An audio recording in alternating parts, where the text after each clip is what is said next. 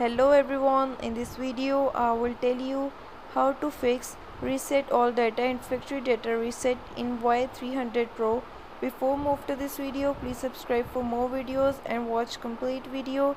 Also press the bell icon. Now let's start our video without wasting any time.